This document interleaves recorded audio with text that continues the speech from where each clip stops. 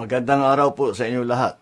Mga kababayan ko, naglabas na ang Court of Appeals ng freeze order laban sa mga bank account, ari-arian at sasakyang panghimpapawid na may kaugnayan sa mga anomalyang flood control project na iniimbestigahan ngayon ng gobyerno. Sakop ng freeze order ang mga account at ari-arian ng Silver Wolves Construction Corporation at Skyyard Aviation Corporation, pati na rin ang mga personal account at asset ng mga individual na nasangkot sa investigasyon.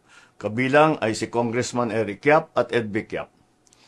May mahigit 16 billion na ang pumasok sa mga transaksyon ng Silver Wolves mula 2022 hanggang 2025. Nakaramihan ay may kaugnayan sa mga flood control project ng DPWH.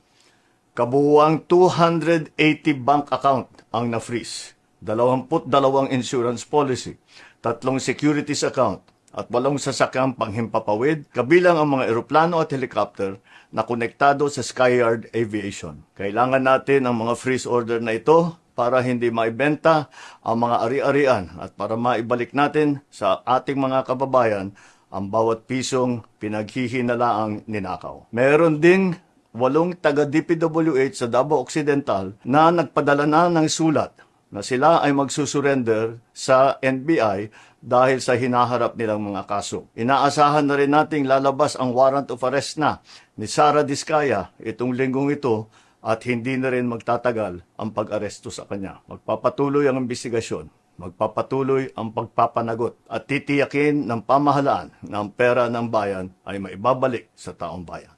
Maraming salamat po.